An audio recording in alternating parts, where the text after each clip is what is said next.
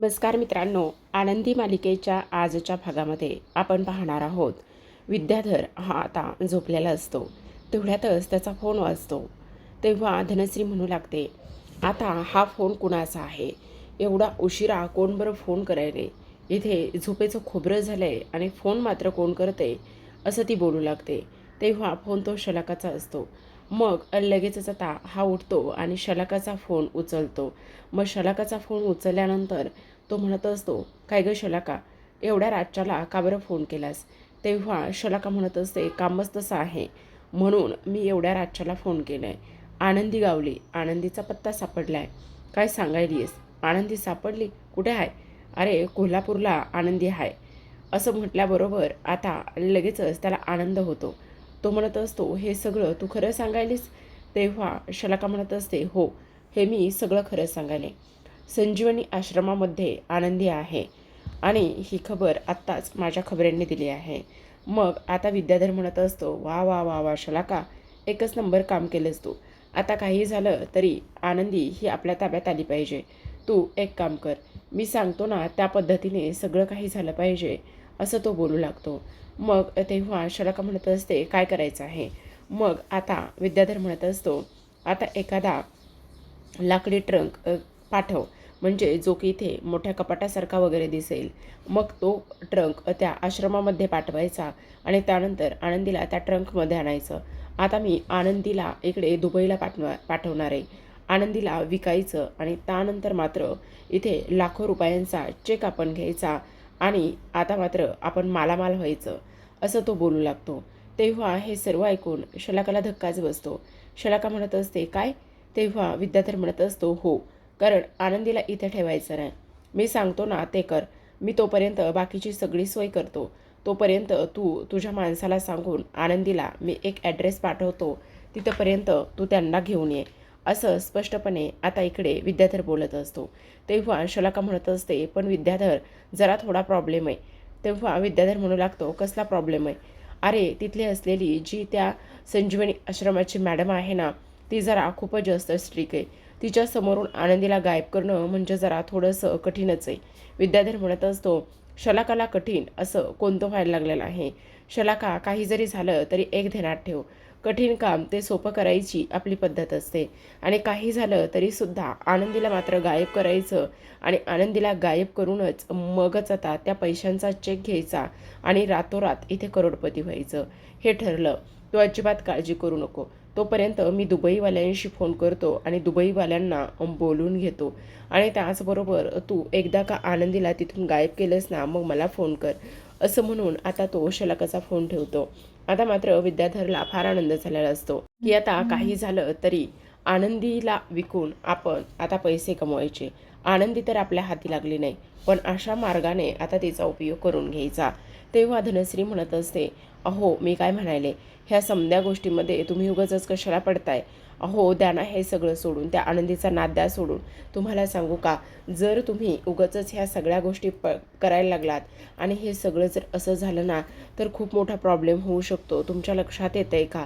उगाचच तुम्ही अडकाल आणि त्याचबरोबर कशाला उगाचच हे सगळं काही करताय? तेव्हा तो धनश्रीचं तोंड दाबतो आणि म्हणत असतो, धने गप्प बस, नाहीतर त्या आनंदीबरोबर तुलासुद्धा दुबईला पाठवून देईल, समजलं का? मग जा तिकडे आणि मग मी इथे करोडपती व्हायला रिकामा, असं तो धनश्रीला बोलतो.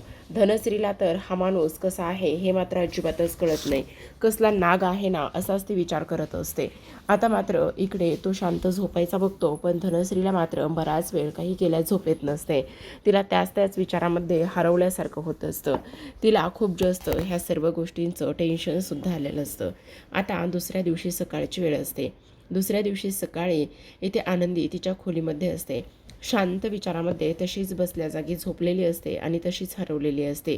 दुसरीकडे आपण पाहतो, आता त्या आश्रमामध्ये शलाकाची माणसं पोहोचलेली असतात. जेव्हा ती माणसं त्या आश्रमामध्ये जाऊन पोहोचतात, त्यावेळेला त्यांच्यासोबत एक टेम्पो असतो आणि त्या टेम्पोतून ते एक खूप मोठा ट्रंक बाहेर काढतात, ज्यामध्ये एखादा माणूस आरामात मावेल अशा तो मोठा ट्रंक असतो आणि तो ट्रंक त्या माणसांनी बाहेर काढलेला असतो. तेवढ्यातच आता आनंदीच्या खोलीमध्ये आनंदीला कोणीतरी आल्याची चाहूल लागते. मग आनंदीसमोर कोणीतरी आल्याची चाहूल लागल्याबरोबर आनंदी थोडीशी हलते आणि म्हणत असते, कोण आहे? कोण आहे तिथे. तेव्हा आरती ही समोर असते. आरती लगेचच आनंदीला पाहते आणि तिला धक्काच बसतो. खरं तर तिला फार आनंद झालेला असतो की आनंदी तिला भेटली म्हणून.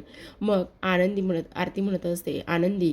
तेव्हा आनंदी म्हणत असते आरतीताई तू, असं म्हणून दोघीजणी एकमेकींना घट्ट मिठी मारतात.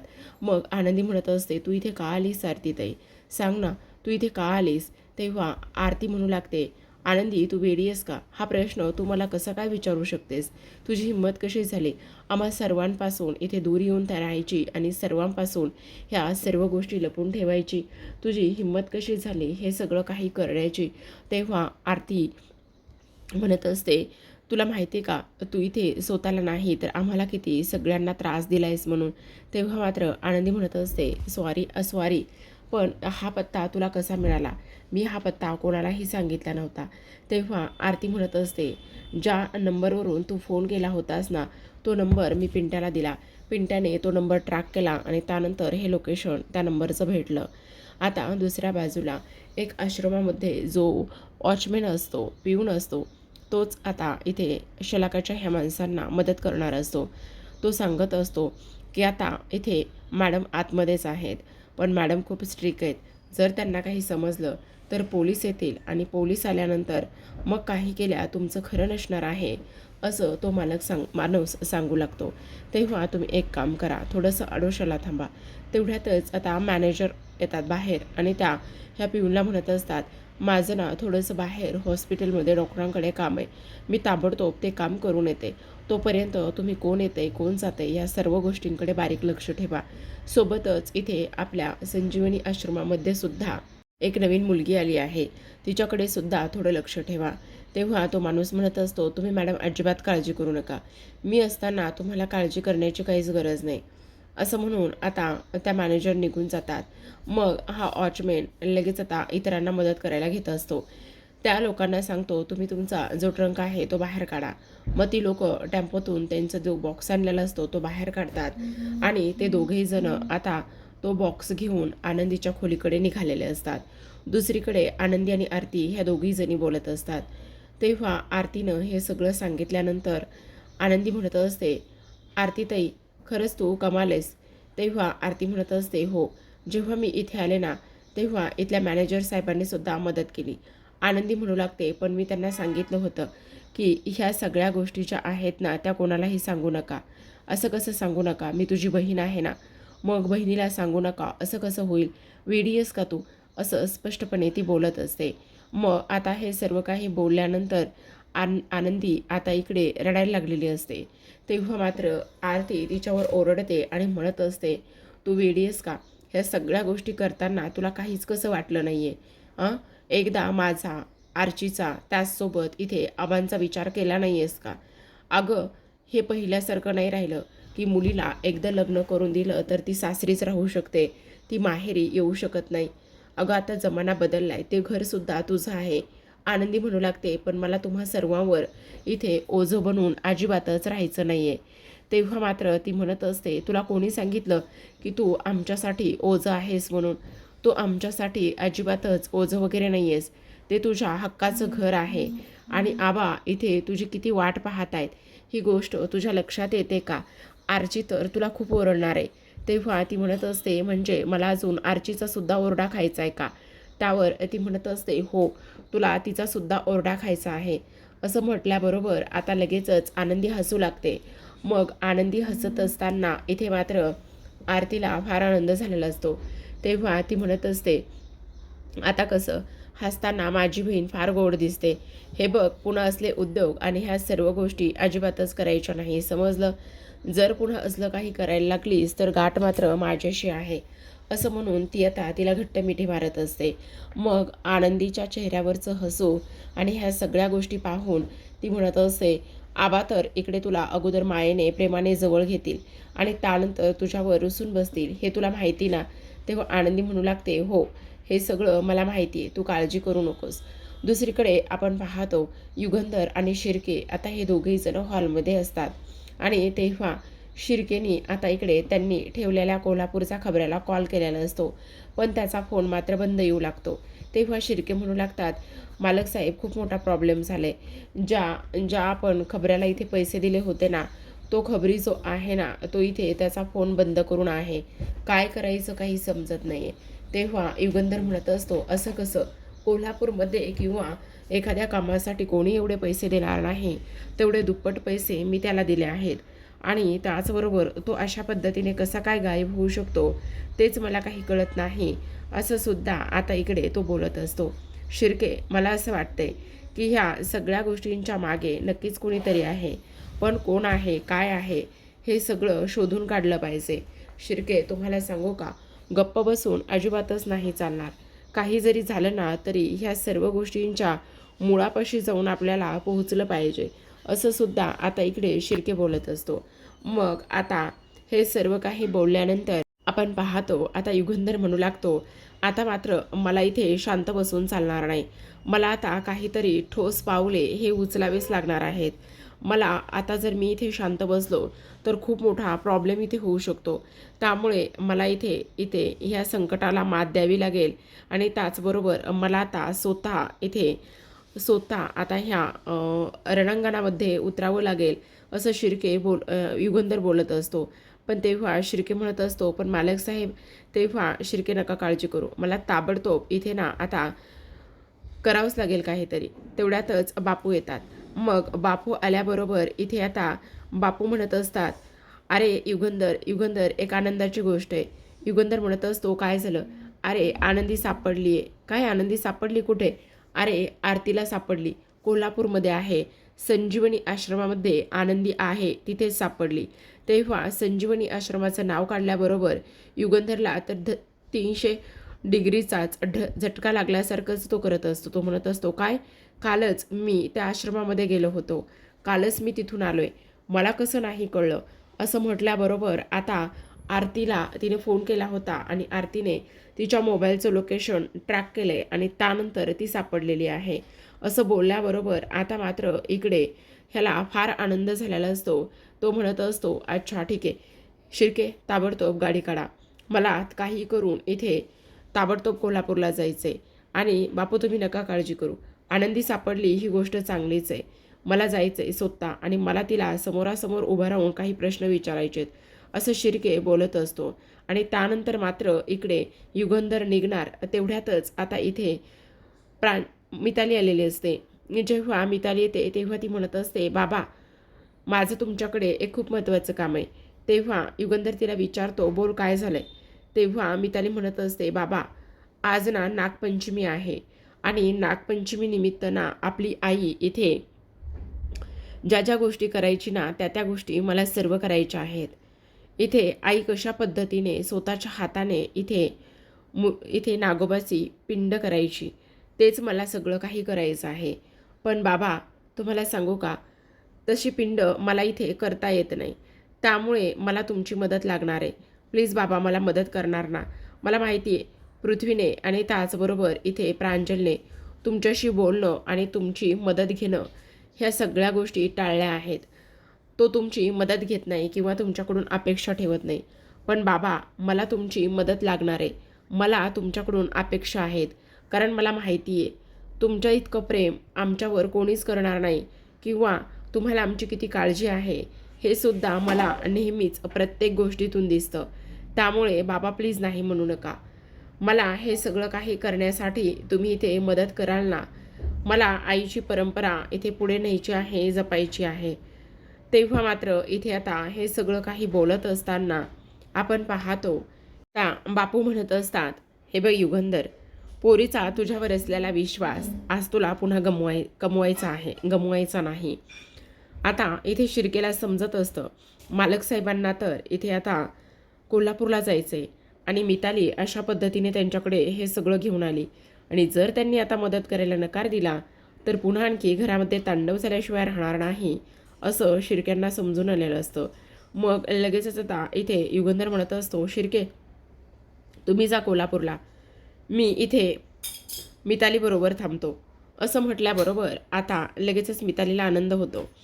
मिताली म्हणत असते, म्हणजे बाबा तुम्ही इथे मला मदत करायला तयार आहात ना? तेव्हा युगंधर म्हणत असतो, हो तुझ्या मनासारखं सगळं काही करू, तुला जे जे करायचं आहे ना ते आज सगळं करू, असं स्पष्टपणे आता युगंधर बोलू लागतो. तेव्हा मितालीचा आनंद जो आहे तो गगनातच मावत नसतो. पण आता इकडे मात्र शिर्के हा एकटाच कोल्हापूरला जायला निघालेला असतो. जेव्हा तो कोल्हापूरला जात असतो तेव्हा मात्र इकडे युगंधरने सांगितलेलं असतं, काही जरी झालं ना तरी एका गोष्टीचं ध्यान ठेवा, आनंदीला इथे घरी घेऊन येऊ नका, तिला फॅक्टरीमध्ये घेऊन या, तोपर्यंत मी इथले उरकतो, मला आनंदीशी बोलायचं आहे, असं स्पष्टपणे आता इकडे तो बोलत असतो. आणि त्यावर शिर्के म्हणत असतात, हो मालक साहेब, तुम्ही अजिबात काळजी करू नका, मी आनंदीला ना तिकडेच घेऊन येतो आणि जातो, असं म्हणून आता शिर्के तिथून निघून जातो. तर इकडे दुसऱ्या बाजूला मात्र आता त्या पिऊनने मदत केलेली असते आणि जेव्हा तो आनंदीच्या खोलीत येतो तेव्हा मात्र आनंदीसमोर त्याला आरती दिसत असते. मग आरती आणि आनंदी ह्या दोघीजणी एकमेकींशी बोलताना ह्या पिऊनने ऐकलेलं असतं. तेव्हा तो म्हणत असतो, आता कसं शक्य, इथे आंधळी मुलगी म्हणजेच आनंदी एकटीच असायला हवी होती, पण इथे मात्र आरतीसुद्धा आहे, ही कोण आहे असा प्रश्न त्याला पडत असतो. कारण आनंदीच्या तोंडून त्यानं तिचं नाव ऐकलेलं असतं, त्यामुळे त्याला प्रश्न पडलेला असतो. असो, पण आता मात्र इकडे ते म्हणत असतात, अहो साहेब, इथे तर एकाच मुलीला उचलायचं होतं, ही दुसरी मुलगी कोण आहे ते माहिती नाही आहे. तेव्हा मात्र इकडे आता तो म्हणत असतो, तुम्ही काळजी करू नका, मी पाहतो काय करायचे ते, असं म्हणून आता लगेचच इकडे दुसऱ्या बाजूला आरती आणि आनंदी ह्या दोघीजणी बोलू लागलेल्या असतात. तेव्हा आता लगेचच तू आमच्याबरोबर ताबडतोब चालणार आहेस, असं सुद्धा आता इकडे ते सांगत असतात. मग आता हे सगळं काही सांगितल्यानंतर आपण पाहतो इथे लगेचच आता ते बॉक्स थोडासा बाजूला ठेवतात आणि तो बॉक्स थोडासा बाजूला ठेवल्यानंतर आता इकडे मात्र तो म्हणत असतो, तुम्ही काळजी करू नका, काही जरी झालं ना तरी एक गोष्ट मात्र नीट लक्षात ठेवायची. हो, पण इथे मालक साहेब, तुम्हाला सांगू का, इथे तर एकाच मुलीला उचलायचं होतं, पण तिथे तर इथे आरती नावाची सुद्धा एक मुलगी आली आहे. तेव्हा विद्याधर म्हणत असतो, तिला कसं समजलं की आरती तिथे आहे म्हणून, आता हे सगळं काय होतंय ते तर मला अजिबातच समजत नाही, असं सुद्धा आता इकडे विद्याधर बोलतो आणि चिडचिड करायला लागलेला असतो. एक काम करा, काही करून त्या आरतीला तिथून बाहेर काढा आणि आरती बाहेर निघाली की मग लगेचच तुम्ही तुमचं काम करून घ्या, समजलं का, येते का तुमच्या ध्यानामध्ये. तेव्हा तो म्हणत असतो, हो साहेब, तुम्ही नका काळजी करू, मी बघतो आता काय करता येते ते, असं म्हटल्याबरोबर आता लगेचच तो इथे आतमध्ये जातो आणि आतमध्ये गेल्यानंतर त्याला फक्त आणि फक्त इथे त्या आरतीला बाहेर काढायचं असतं. मग आता इकडे दुसऱ्या बाजूला हा विद्याधर शलाकाला म्हणत असतो, मला एक गोष्ट समजत नाही, तिथे मात्र ही आरती जाऊन कशी पोहोचली तेच काही कळत नाही आहे, नेमकं काय चाललेलं आहे, ह्या सगळ्या गोष्टी इथे आता समजत नाहीत, असं सुद्धा आता इकडे तो बोलत असतो. आता हे सर्व काही बोलल्यानंतर आपण पाहतो इथे शलाका म्हणत असते, मला तर अजूनच टेन्शन येऊ लागलेलं आहे, सगळं काही व्यवस्थित होईल ना, काही प्रॉब्लेम तर येणार नाही ना. त्यावेळेला तो म्हणत असतो, नाही, काही जरी झालं ना तरी कोणताही प्रॉब्लेम येता कामा नये, आता बघूया हे लोक कशा पद्धतीने आणि कसं तिला उचलतायत तेच कळायला हवं, असं सुद्धा तो बोलत असतो. त्यानंतर मात्र आता विद्याधरने त्याच्या माणसांना फोन केलेला असतो आणि त्याच्या माणसांना फोन करून दुबईच्या माणसांशी बोलणं करून घेतलेलं असतं. आता इकडे तेवढ्यातच पृथ्वीचा फोन हा विद्याधरला येतो. मग फोन आल्यानंतर इथे पृथ्वी म्हणत असतो, काका तू कुठे आहेस. तेव्हा तो म्हणत असतो, मी इथे ऑफिसमध्ये आहे, मावशी पण तुझ्याबरोबर आहे का, असा प्रश्न तो विचारत असतो. तेव्हा हा विद्याधर म्हणत असतो, हो आहे, पण शलाका म्हणत असते, नाही म्हणून सांग. तेव्हा काय झाले बोल, असं म्हटल्याबरोबर आता तो म्हणत असतो, मला ना तुमच्यासोबत आपल्या त्या डीलबद्दल आणि त्या सगळ्या गोष्टीबद्दल बोलायचं आहे आत्ता ह्या वेळेला. हो, आत्ताच ह्या सगळ्या गोष्टी बोलायच्या आहेत, मी आत्ताच्या आत्ता ऑफिसला येतो. तेव्हा मात्र विद्याधर म्हणत असतो, बरं बरं ठीक आहे, चालेल, ये, तुला ऑफिसला यायचं आहे ना तर तू ये, असं म्हटल्याबरोबर आता इकडे मात्र ही शलाका म्हणत असते, आता आणि ह्याला काय बरं करायचं असेल, का बरं बोलायचं असेल, हेच मात्र मला समजत नाही, ह्याचं नेमकं काय चाललेलं असेल असा विचार इकडे आता ते करत असतात. मग ह्या सगळ्या गोष्टींचा विचार केल्यानंतर आता तो म्हणत असतो की ह्याला काही करून इथून तर कटवावंच लागणार आहे, पण कसं कटवायचं, काय करायचं ते मात्र काही केल्या समजत नाही, असं सुद्धा आता इकडे ते सुरू असतं. आता एवढंच नाही तर शलाका म्हणत असते, एक काम कर, तुला त्याच्यासोबत जे काही बोलायचं आहे ना ते सगळं बोलून घे. मी मात्र इथे अजिबातच थांबत नाही आहे. मी जर इथे थांबले आणि पुन्हा आणखी शब्दाला शब्द वाढला तर आणखीनच काहीतरी प्रॉब्लेम होऊ शकतो. त्यापेक्षा मी एक काम करते, मी ना इथून निघून जाते. तू तिच्याशी जे काही बोलायचं आहे ना ते सगळं काही बोलून घे. असं म्हणून आता ती निघून जाते. दुसरीकडे आपण पाहतो, आता हा जो काही पिऊन आहे तो पिऊन आलेला असतो आणि म्हणत असतो, तुम्ही कोण आहात? मी आरती, हिची बहीण, हिला घ्यायला आले आहे. अहो पण असं तुम्हाला नाही घेऊन जाता येणार. म्हणजे त्याचं काय ना, आपल्या ऑफिसचे काही रूल्स आहेत. जेव्हा आपल्याकडे एखादं व्यक्ती येते ना तेव्हा ना आपण पोलिसामध्ये सगळे डॉक्युमेंट्स दिले जातात आणि त्याचबरोबर आपल्याला मग जेव्हा इथून तुम्ही व्यक्तीला घेऊन जाताना त्यावेळेस एक फॉर्म भरावा लागतो आणि त्या फॉर्मवर सगळे काही रिझन्स लिहावे लागतात. तेव्हा आरती म्हणत असते, चालेल ना, काही प्रॉब्लेम नाही, मला सांगा फक्त काय करायचं आहे, मी सगळं काही करते, पण मला माझ्या बहिणीला इथून घेऊन जायचं आहे. तेव्हा ते म्हणत असतात, ठीक आहे, तुम्हाला ना इथे आमच्याबरोबर यावं लागेल. तुम्ही जर आमच्याबरोबर आलात ना तर सगळ्या गोष्टी मी तुम्हाला व्यवस्थित समजून सांगतो. असं म्हणून आता इकडे तो तिला आतमध्ये घेऊन जात असतो. जेव्हा तो तिला आतमध्ये घेऊन जातो तेव्हा मात्र इथे आता आनंदीला आरती म्हणत असते, मी आलेच, हे जे काही करायचं आहे ना ते सगळं कंप्लीट करून आले. तोपर्यंत तू अंघोळ करून घे आणि फ्रेश हो. आता आरती त्या माणसाबरोबर गेलेली असते. तर इकडे लगेचच आता ह्या पिऊनने त्या दुसऱ्या माणसांना खुणावलेलं असतं. जेणेकरून आता ते ताबडतोब आता आनंदीच्या खोलीत जातील आणि आनंदीला मात्र इकडे आता ते गायब करतील. असाच त्यांचा हा सगळा काही डाव असतो, हा सगळा काही प्लॅन असतो. मग आता लगेचच इकडे आपण पाहतो की हा पिऊन मुद्दामच आरतीला त्या ऑफिसमध्ये घेऊन गेलेला असतो, केबिनमध्ये, आणि तिथे जाऊन आता तो तिला ह्या सर्व गोष्टी सांगण्याचं काम करत असतो. जेव्हा ती लोक आतमध्ये जातात तेव्हा आनंदी आता अंघोळीला निघालेली असते. पण तेवढ्यातच आता कोणीतरी आल्याचा आनंदीला भास होतो. मग आनंदी त्यांना म्हणू लागते, कोण आहे? आरतीताई आहे का? आरतीताई तू आहेस का? कोण आहे, कोण माझ्या खोलीमध्ये? असा प्रश्न ती विचारत असते. बोला ना, कोण आहे? असं सतत कंटिन्यू विचारल्याबरोबर इथे थोडासा आनंदीला संशय येतो. पण तेवढ्यातच ती माणसं मात्र कसल्याही गोष्टीचा विचार करत नाहीत आणि ताबडतोब इथे आनंदीच्या तोंडावरती एक पट्टी लावतात आणि आनंदीच्या तोंडावर एक पट्टी लावल्याबरोबर आनंदीला मात्र तिथून ते गायब करू लागलेले असतात. आनंदी आरडाओरडा करत असते, पण आनंदीच्या तोंडावर पट्टी लावल्यामुळे आनंदीला मात्र तोंडातून शब्दसुद्धा फुटत नाहीत आणि त्यामुळे मात्र तिला अजूनच ह्या सगळ्या गोष्टींचा त्रास झालेला असतो.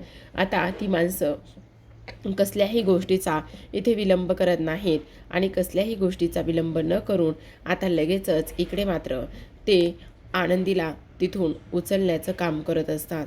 जेव्हा आनंदीला ते तिथून उचलत असतात तेव्हा मात्र आरतीला आता संशय येत असतो. तर आता प्रेक्षकांनो, आजच्या भागामध्ये एवढंच.